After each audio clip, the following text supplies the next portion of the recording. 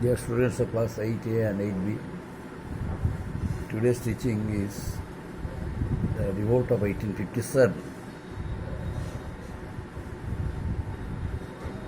The following points mentioned in the book. The first one, social and religious causes, a rapid spread of British culture. The British introduced their own culture. What was about their culture they introduced among the Indians to receive Western education. The time when the British introduced the Western education among the Indians, almost all Indians were conservatives. The society was conservative. They did not want to receive Western education because they had hatred for Western education. They wanted to be educated through traditional way of teaching. They wanted to receive education. They wanted to receive traditional system of education through maktabs, pathshalas, through their vernacular languages, by their teachers. But the British introduced a system of education learning through not vernacular languages, but learning through Western, learning through English language. They gave importance to the teaching of English. They introduced Western education among the Indians, but they did not want to receive. They thought that it was against an attempt. It was an attempt against their, against their will. That's why they decided not to receive Western education. They protested against their system. And second point, impact of Charter Act of 1813. Impact of Charter Act of 1813. Charter Act of 1813 was passed in order to make education compulsory. In order, Charter Act, according to the terms of the Charter Act, education was made compulsory in India. Education made compulsory in India. Besides, the British forcefully introduced Western education among the Indians. Since the British were the rulers of India, since they had become the masters of India, the master of India, and controlling the entire parts of India by means of their own administration, own policies. So the people of India, they thought, would bound to follow their instructions, and they would be brought under their system introduced by them. That's why the Charter Act of 1813 was passed. And under the terms of the Charter Act, it was decided that the British would declare education compulsory for the Indians. And apart from this, the Christian missionaries took initiative in order to educate the Indian people. The Christian missionaries first opened printing press in India. The Christian missionaries published books from their press, and they also started educating Indian people by way of going different places, remote villages of India. And they also introduced modern education, they also introduced modern culture, which propagated modern education and culture among the Indians.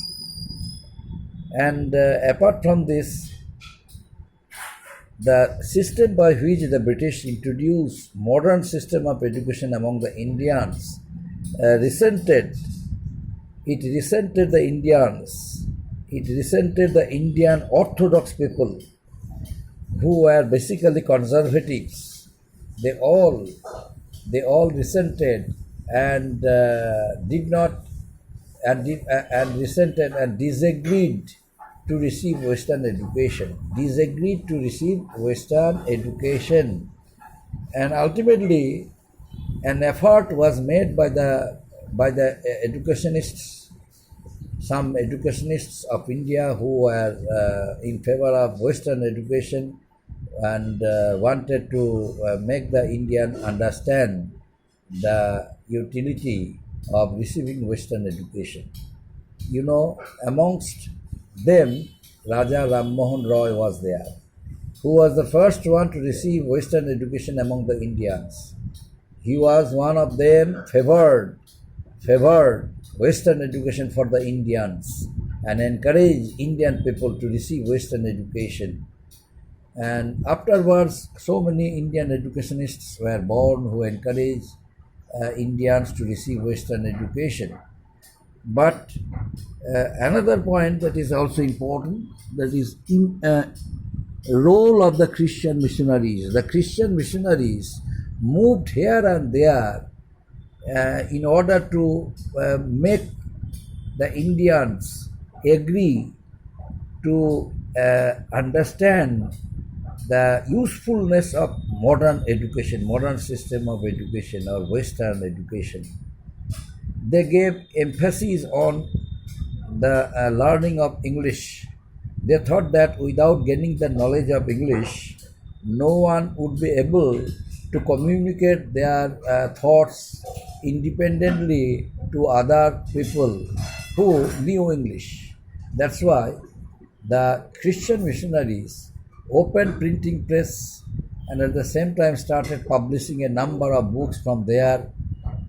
And at the same time, the Christian missionaries traveled various places of India and also established some schools for the growth of education in India.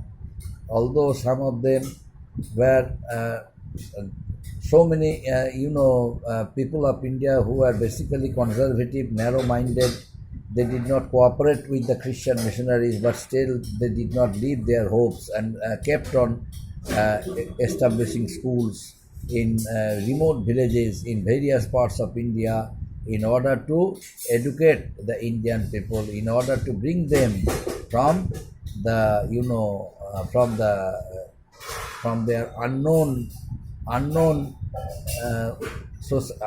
world, the world which was not known to them. They decided to bring them back from the caste society.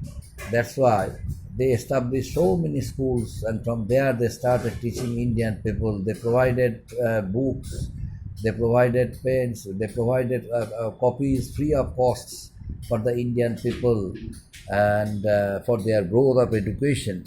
And afterwards, reaction among the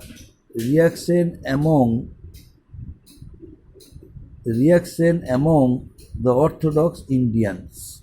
Reaction among the Orthodox Indian.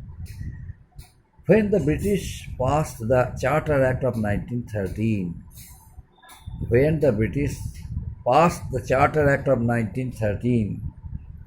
it communicated a message to the Orthodox people of India that their rights the Britishers were going to curb. For example, the British, removed the orthodox practices, the inhuman social practices by the Indians. The Indian Orthodox people practiced child marriage. They practiced, widow remarriage. They practiced. They were in favor of they did not want to allow widows to be remarried. They were against. They favored the Sati system. They favored the Sati system. They did not favor widow remarriage. They did not encourage child remarriage. They were in favor of child marriage, but they did not discourage child marriage. They did not favor education for the women. So these were the old traditional practices of the Indian people, The Orthodox people of India had been practicing it. Suddenly, the British introduced all this kind of system, old and traditional system of practices declared illegal. For example, Soti system was declared illegal. Soti system was declared illegal, and child marriage was declared illegal, and you know widow marriage was declared legal. Widow remarriage was declared legal. So by removing this type of old traditional superstitions and practices and prejudices, the British, lost their respect, lost the faith. What faith they gained from the Indian people, they lost it. The people of India, they disbelieved the Britishers, and they felt it that the Britishers were uh, trying to harm their sentiments, and that's why they all resented because of unnecessary interference in their indigenous society. The people of India, they they all were alarmed when the women were allowed to be educated and own property. Women were allowed to inherit the property of his father or of her father or family. At the same time, women were not allowed to receive education by on hearing the news and the laws passed by the British. The Indian traditional society, they became more and more alarmed. So the British supported the conversion of the Indian to Christianity. So many people of India realized that, thought that, felt that the Christian missionaries who started providing education for the growth of Indian people by way of moving here and there, by way of traveling village after village, the Orthodox people now felt that the the Christian missionaries were trying to convert the Indian people from Hindu religion to Christian religion. They wanted to convert them to Christianity.